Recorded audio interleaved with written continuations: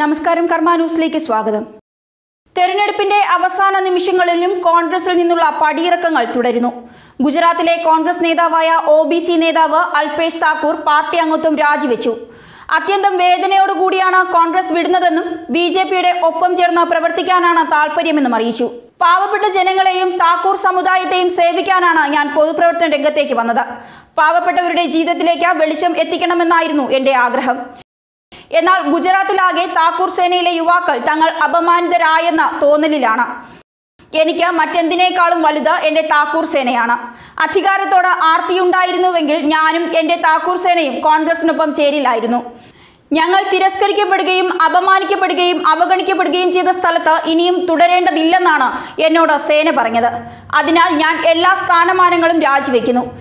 ഇത്തരമൊരു സാഹചര്യം ഉണ്ടാകുമെന്ന് ഞാൻ ഒരിക്കലും പ്രതീക്ഷിച്ചതല്ല.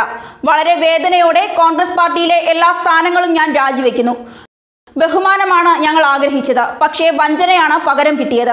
അൽപേഷ് താക്കൂർ രാജ്യപ്രഖ്യാപനം അറിയിച്ചുള്ള കുറിപ്പിൽ ഇങ്ങനെ പറയുന്നു.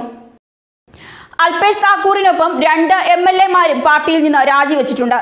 ലോക്സഭാ തെരഞ്ഞെടുപ്പിന് കളമൊരുങ്ങി നിൽക്കവേ BJPയുമായി ചേർന്ന് പ്രവർത്തിക്കാനുള്ള താക്കൂറിന്റെ തീരുമാനം കോൺഗ്രസിന് വൻ തിരിച്ചടിയാകും. ഒപ്പം BJPക്ക് വിജയസാധ്യത കൂട്ടുകയും ചെയ്യും. ന്യൂസ് ഡെസ്ക് കർമ്മ ന്യൂസ്.